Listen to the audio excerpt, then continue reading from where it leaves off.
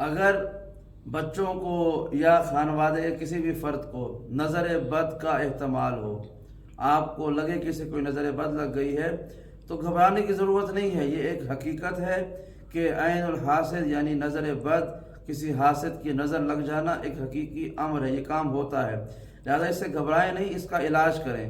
جیسے دیگر بیماریاں ہوتی ہیں، بخار ہوتا ہے، زکام ہوتا ہے، جسم میں درد ہوتا ہے، تو آپ گھبراتے نہیں ہیں، آپ اس کا علاج کرتے، دوا لے لیتے ہیں۔ اسی طرح سے اگر کوئی روحانی مرض آ جائے تو گھبرانے کی ضرورت نہیں ہے، اس کا علاج کریں۔ اور پروردگار نے قرآن مجید سے بہتر کوئی روحانی دوا نہیں بنائی ہے۔ خود خداوند کریم کا فرمان ہے، بسم اللہ الرحمن الرحیم، وَنُنَزِّلُ مِنَ الْقُرْآنِ مَا هُوَ شِفَاءٌ وَرَحْمَةٌ لِّلْمُؤْمِنِينَ کہ ہم نے قرآن میں جو کچھ نازل کیا ہے وہ مومنین کے لیے شفا بھی ہے اور رحمت بھی ہے۔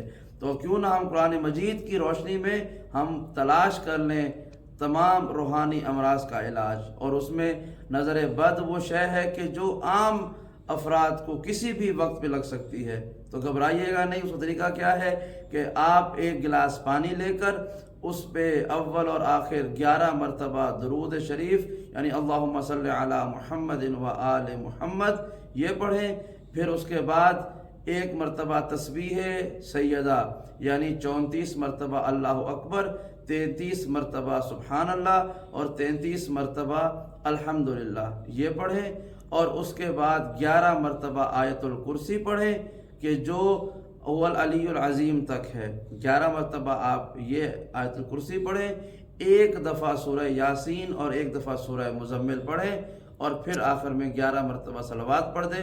اس پانی کو آپ بھی پئیں، اس بچے کو یا اس فرد کو پلائیں جس پر نظر بد کا اندیشہ ہے، اور یہ کام دن میں 3 دفعہ کریں، اور یہ 3 دن تک یا 7 دن تک، اور اگر اثرات باقی رہیں تو 11 دن تک کرتے رہیں۔